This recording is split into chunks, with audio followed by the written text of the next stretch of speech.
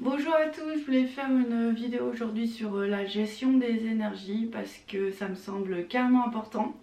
Alors ça va se dérouler plutôt en deux parties, peut-être trois. Donc la première partie, tous mes principes de précaution en fait que je vais vous révéler. Je crois que je les ai déjà dit, mais bon, ça a fait un peu de suspense. Deuxième partie, je vais vous expliquer des cas que j'ai suivis et vraiment vous parler de l'importance d'être très aligné parce que parfois ça empêche d'avancer vers la fusion. Donc voilà, alors, et la troisième partie, la protection. Voilà, on a trois parties. C'est bon, je vous laisse, préparez-vous, soufflez, bougie, encens, je vous laisse gérer. A tout de suite. Yeah. Yeah.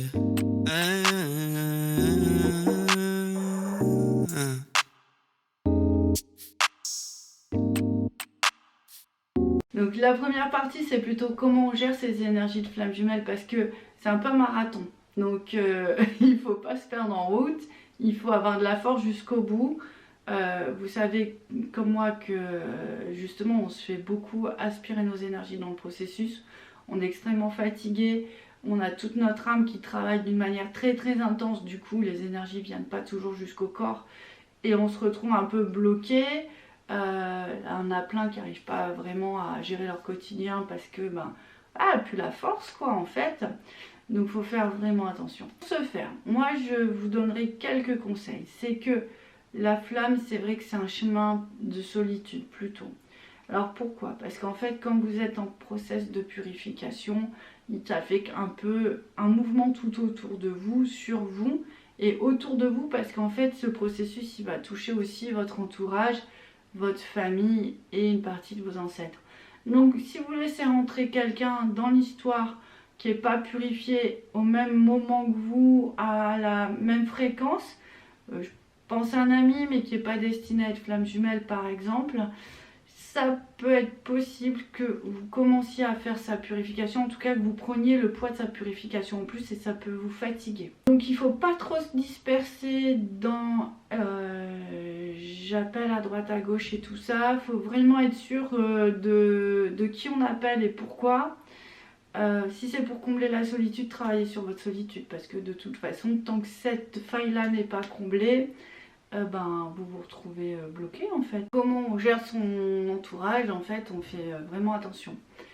Ça veut dire qu'il faut absolument, dans un premier temps, éviter toutes les personnes toxiques parce que, effectivement, là, vous allez perdre énormément d'énergie. Donc ça, c'est indispensable. À travers les personnes toxiques, ce qu'on vous demande, c'est est-ce que tu décides de... qu'est-ce que tu décides en fait? Tu décides de rentrer dans la lumière et le choix de ce couple, quelque chose de très sain, ou est-ce que tu décides de continuer à vivre avec des gens qui vont te pomper en énergie, qui vont te ramener vers des énergies plutôt basses et qui ne sont pas du tout en connexion avec celle de la flamme. Donc c'est des choix qu'on vous demande. Sur vos lieux de travail en fait, c'est un peu compliqué à gérer, donc pensez bien à demander l'aide des anges, à vous protéger par certaines prières.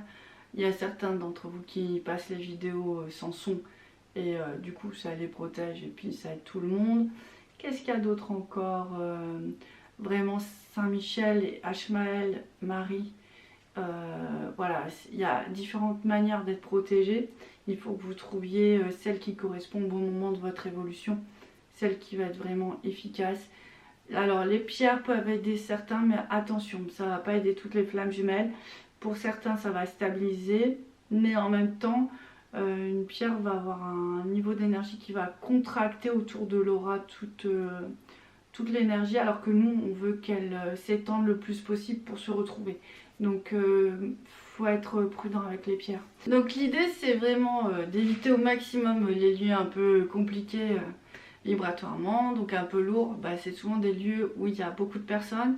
Donc moi par exemple je suis vite décentrée dans les supermarchés, donc je fais le drive, je suis vite décentrée. On essaye d'éliminer les lieux toxiques, les gens toxiques, tout ce qui est lourd vibratoirement. Et aussi on essaye de se nourrir avec des choses qui sont dans des vibrations assez élevantes.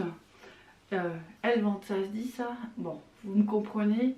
Donc il y a plein d'endroits. Hein. Pour certains, on a besoin de la nature. Tout ce qui est la mer, ça nettoie l'aura, c'est super. Tout ce qui est sel, vin salé, donc du coup c'est la même chose, c'est super aussi. On m'a parlé de l'alpinisme et nous c'est vrai, dès qu'on voit des montagnes on va mieux, on est super ancré et raligné, donc ça tient pas forcément longtemps tant que vous ne serez pas nettoyé. De toute façon je pense qu'il y a peu de choses qui vont tenir, c'est à la fin que tout se met en place comme un pulse. Aller voir des gens qui sont qui nous élèvent.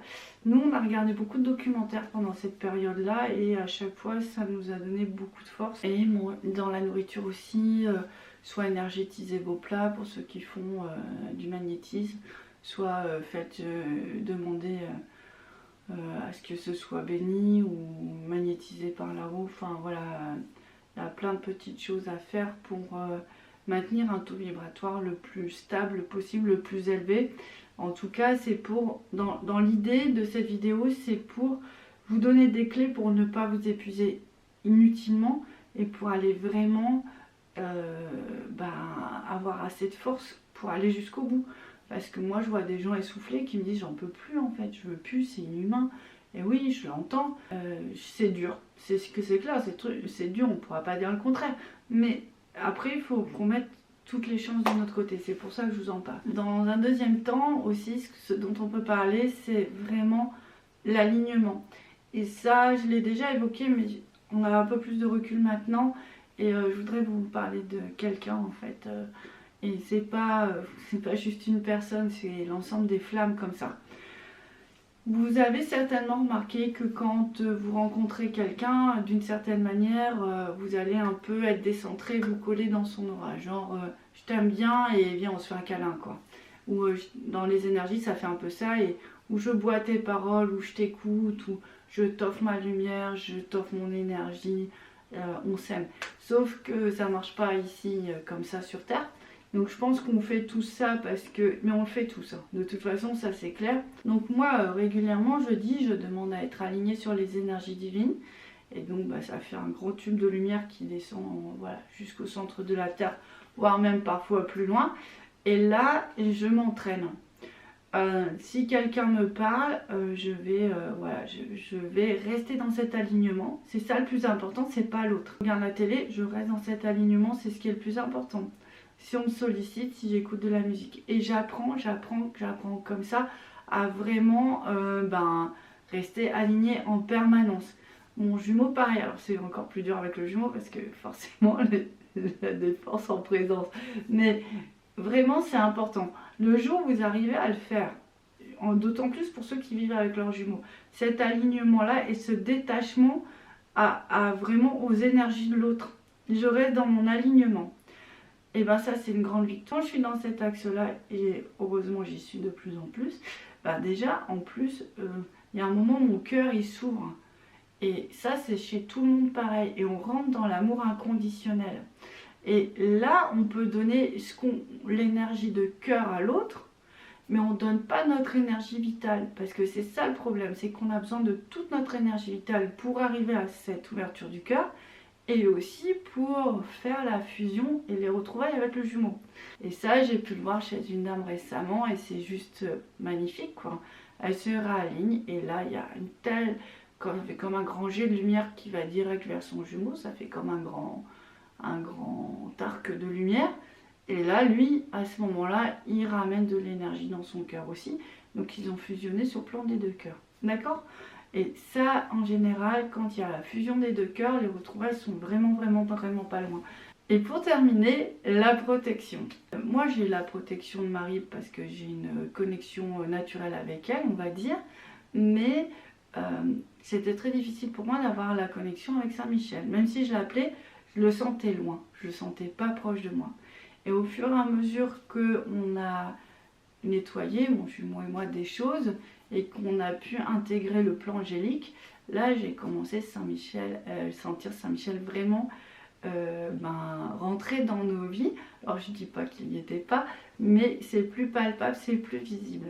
Même parfois je le vois, il s'interpose entre nous deux quand c'était conflictuel encore. C'est vraiment interposé et là Il y avait comme un matelas en fait, qui faisait que tout était vraiment magnifique. Les anges qui vont protéger, c'est Samuel.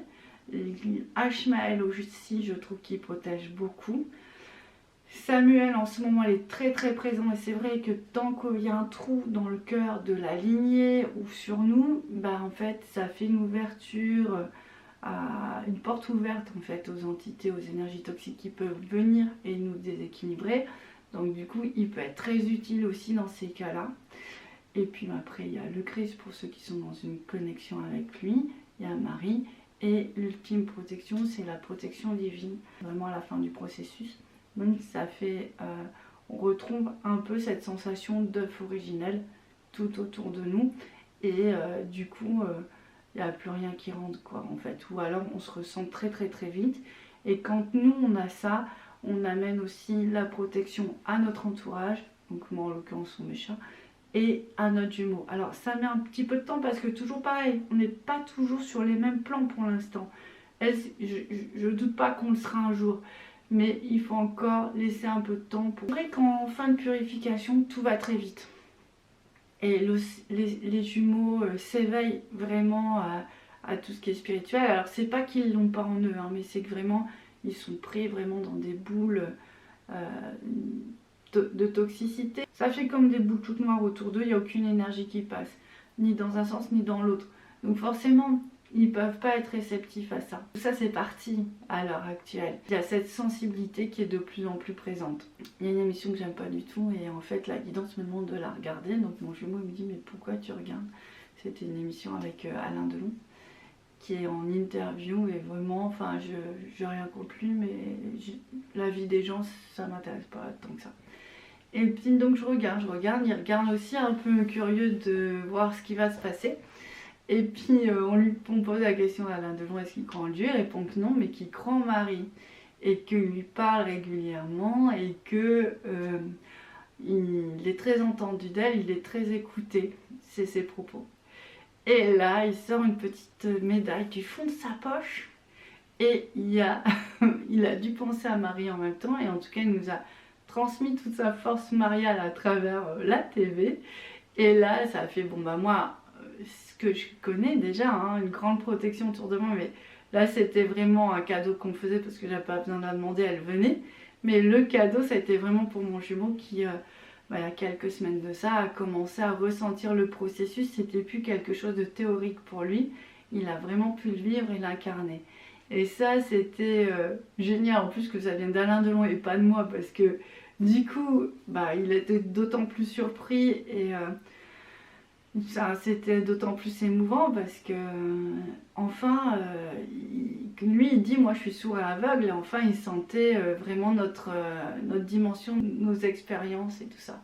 Donc voilà, je voulais vous le dire parce que forcément plus on avance dans le processus et plus ils sentent, plus on est aligné, plus ils sont alignés. Donc c'est vraiment important. Pour les protections, vraiment demandez beaucoup, plusieurs fois par jour aux anges. Faites des prières s'il y a besoin. Ne vous découragez pas. Des fois on pense que ça met du temps à arriver, c'est vrai, ça peut mettre du temps. Mais dites-vous que si vous ne le faites pas, ce sera pire. Et je vais même vous parler en fait de quelque chose qui nous est personnel, mais je pense que ça doit concerner certains d'entre vous. Nous, si on veut ressentir le feu de la flamme, on doit demander les protections de nos familles. À partir du moment, regardez, là je le fais, et pour ceux qui sentent, ça fait une bulle autour de moi, et à mon avis elle vient vers vous. Donc quand on demande la protection de nos familles, et ben on a un feu instantanément qui vient dans notre cœur, et on voit bien que, en l'occurrence pour notre histoire de flamme, c'est une histoire qui englobe beaucoup de monde, et du coup on doit travailler, demander la protection de beaucoup de monde. Si on ne demande pas la protection, on va perdre un temps fou, parce que c'est comme si vous remplissez de lumière et d'autres sont pompés de la lumière. Donc du coup, c'est épuisant. Mais en demandant la protection déjà pour ne plus être attaqué, et puis après une protection globale, vous allez voir que tout va se mettre en place d'une autre manière. Mais vraiment, faut pas se décourager, parce que moi, je vous assure, c'est pas venu tout de suite. Je suis éponge depuis que je suis enfant. Je comprenais pas. Tout le monde m'a dit que j'étais hypersensible. En fait, non. Moi je dis que non, je ressentais les entités alors que je ne le savais pas, c'était pas les émotions que je ressentais. À vrai dire maintenant, tout ça est assez loin de moi. Et c'est ça, je les perçois mais sans en souffrir, sans avoir de douleur, sans avoir de choses comme ça. Bon, quand ça vient de mon jumeau c'est un petit peu différent, mais j'ai vraiment la protection de l'extérieur. Donc voilà, c'est ce que je voulais partager avec vous parce que je pense que ça peut être intéressant à travailler de votre côté. Puis c'est pour vous éviter de perdre du temps parce que voilà, comme je vous disais au début, notre temps est précieux. Donc voilà, je vous souhaite beaucoup de force, beaucoup de joie sur ce chemin de flamme jumelle et puis je vous dis à très bientôt. Au revoir. Yeah. Yeah.